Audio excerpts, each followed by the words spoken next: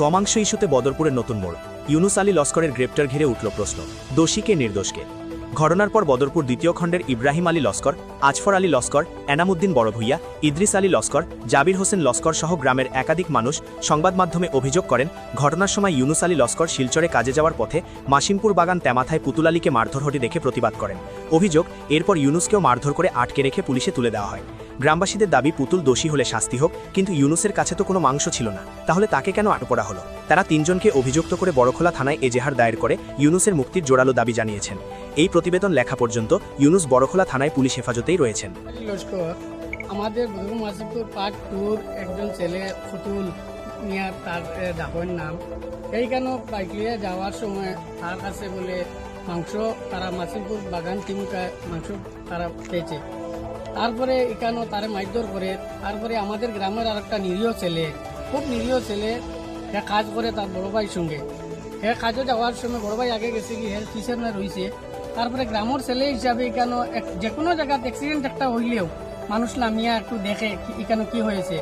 তারপরে এখানে গ্রামের ছেলে দিকে নামছে, নামার পরে তারে অ্যাটাক করছেন, অ্যাটাক করিয়া তারে মারধর করছেন। করার পরে আমি এদিকে যাই আর মেডিকেল যেতাম, আমি আমার গাড়ি লইয়া যাওয়ার পরে দেখছি মাসিমপুর ঠিক পয়েন্টের এখানে তারা দুজন দিয়ে এখানে এটা করছে, করিয়া রাখছে। আমিও নামছি, নামিয়ে তারা কিনারও যাইতেও আমার একজন একটা বক্সিল মারছে।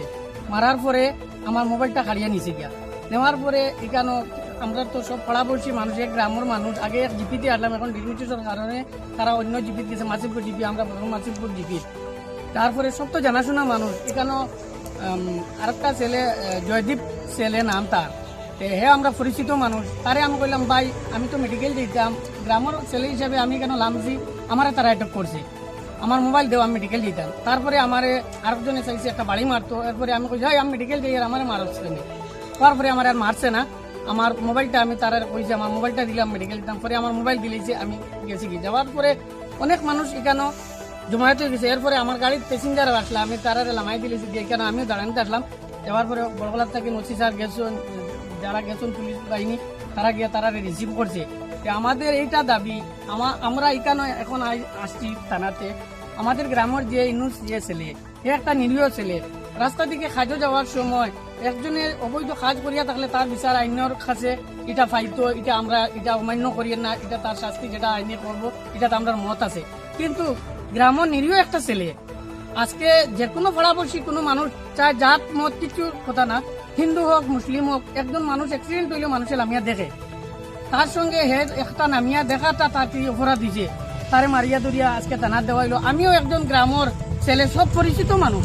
আজকে পড়াবর্ষী একে অন্য প্রতি কিছু এই মায়া মহব্বত থাকে না, আমরা কিরকম চলবো? আজকে মাসিমপুর বাগান তিনটা আমরা সবসময় শিলচর সন্তুষ্ট করি। আজকে তারা ঘরের কিনারে যাওয়ার পরে আমরা এইরকম তারা হ্যারাসমেন্ট করে। যে দোষী তার বিচারটা 100 বার হইতো, 100% এটা আমরা মত আছে।